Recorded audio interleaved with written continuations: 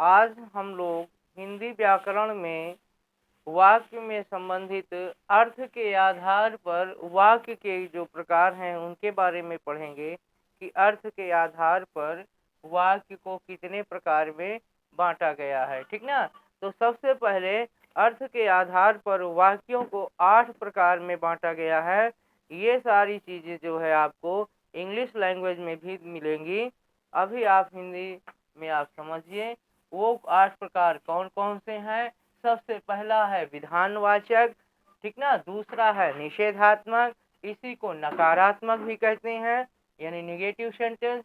फिर तीसरा प्रश्नवाचक है, विस्मयादिबोधक है, आज्ञावाचक है, इच्छावाचक है और उसके बाद संदेहवाचक है और संकेतवाचक है। तो इस तरह से कुल मिलाकर के जो है 8 प्रकार के वाक्य अर्थ के आधार पर वाक्यों को 8 प्रकार में बांटा गया है। सबसे पहले हम लोग विधानवाचक या असर्टिव सेंटेंस को देखते हैं। इंग्लिश में ये असर्टिव सेंटेंस आपको मिलेगा और हिंदी में उसे हम लोग विधानवाचक कहते हैं, ठीक ना, या साधारण वाक्य भी कहते हैं।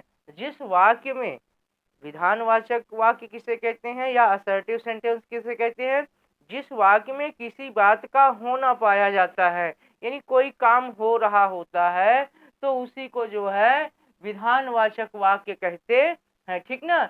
इसका जो मुख्य प्रयोजन होता है, इसमें कोई ना कोई सूचना देने की बात होती है। जैसे रमेश मेरा सबसे प्यारा मित्र है, ठीक ना। यहाँ पर विधानवाचक या असर्टिव सेंटेंस में जो है कोई बात को बताने के लिए जो है या सूचना देने के लिए इसका प्रयोग किया जाता है, या इस तरह के वाक्य जो है इसमें आते हैं, ठीक ना। रमेश मेरा सबसे प्यारा मित्र है, यानी यहाँ पर रमेश के बारे में बताया गया है कि वो कैसा है, ठीक ना। इसके बाद हम लोग दूसरा देखते हैं निषेधात्मक या नकारात्मक या निगेटिव सेंटेंस, ठीक ना। निषेधात्मक वाक्य या नकारात्मक वाक्य, जिन वाक्यों में निषेध का बोध हो, ठीक ना, यानी काम ना होने की जानकारी मिल रही हो, ना या नहीं शब्द जो है उसमें यूज किया गया हो या प्रयोग किया गया हो, उसी को हम लोग निषेधात्मक या नकारात्मक वाक्य कहते हैं। जैसे राधा नहीं गा रही है, यहाँ पर नहीं शब्द आ गया है। ना या नहीं शब्द के आने से जो है वो निगेटिव सेंटेंस हो जाता है, उसी को हम लोग हिंदी में नकारात्मक या निषेधात्मक वाक्य कहते हैं। अर्थात जहाँ पर कार्य के ना होने का बोध होता हो या जानकारी मिलती हो, उसी को जो है नकारात्मक या निषेधात्मक वाक्य कहते हैं, ठीक ना।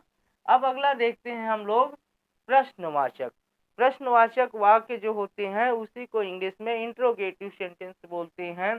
इस प्रकार के जो वाक्य होते हैं ना, उसके मूल में, इन प्रकार के वाक्यों में के मूल में जिज्ञासा प्राप्त करने की इच्छा होती है, ठीक ना। इस तरह के वाक्यों में प्रश्नवाचक शब्द कौन, कब, कैसे, इस तरह के कुछ प्रश्नवाचक शब्द प्रयोग किए जाते हैं। और सबसे खास बात इसकी ये होती है कि इसके अंत में प्रश्नवाचक चिन्ह भी लगता है, ठीक ना। इससे भी हम लोग पहचान जाएंगे कि प्रश्नवाचक चिन्ह लगा हुआ है, इस वजह से हम लोग पहचान जाएंगे। और दूसरी बात जो है, उन वाक्यों को पढ़ने से जो है बीच में प्रश्नवाचक शब्द आए रहते हैं, जिससे हम जो है प्रश्नवाचक वाक्य को पहचान सकते हैं।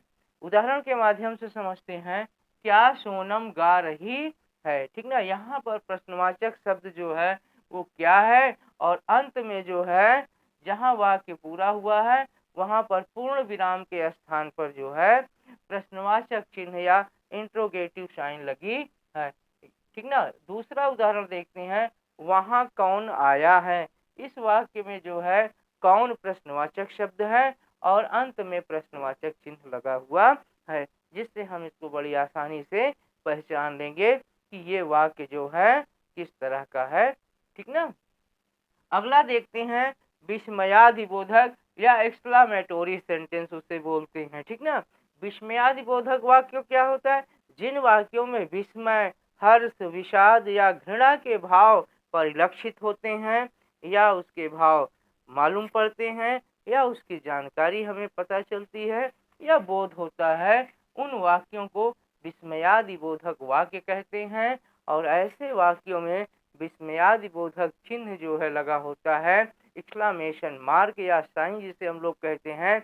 एक बड़ी लाइन के नीचे एक डॉट की साइन या बिंदु लगा देते हैं तो वो जो है क्या है, विस्मयादि बोधक चिन्ह हो जाता है। और कुछ ऐसे जो है विस्मयादि बोधक शब्द भी हैं जिनसे हम पहचान लेते हैं कि ये जो है विस्मय सूचक वाक्य है या विस्मयादि बोधक है। जैसे आहा, आहा मजा आ गया। आहा के बाद यहाँ पर हम देख रहे हैं कि एक बड़ी लाइन है और उस बड़ी लाइन के नीचे जो है एक डॉट की साइन या बिंदु लगा हुआ है, ठीक ना। ऐसे दूसरे उदाहरण में हाय बेचारा गिर गया। हाय के बाद जो है यहाँ पर हम लोग देख रहे हैं कि एक बड़ी लाइन है और बड़ी लाइन के नीचे एक डॉट की साइन है। इसी को एक्सक्लामेशन मार्क या विस्मयादि बोधक चिन्ह कहते हैं। तो कहीं हम चिन्हों के माध्यम से जो है वाक्यों के प्रकार को पहचान लेते हैं और कहीं कहीं पर हम लोग शब्दों के माध्यम से जो है वाक्यों के प्रकार की पहचान कर लेते हैं कि ये किस तरह का वाक्य है, ठीक ना। और फिर उसे आसानी से लिख देते हैं, लगा देते हैं। क्योंकि ये सब बेसिक चीजें हैं, इनकी परिभाषाएं जो हैं इसे जानना बहुत जरूरी है।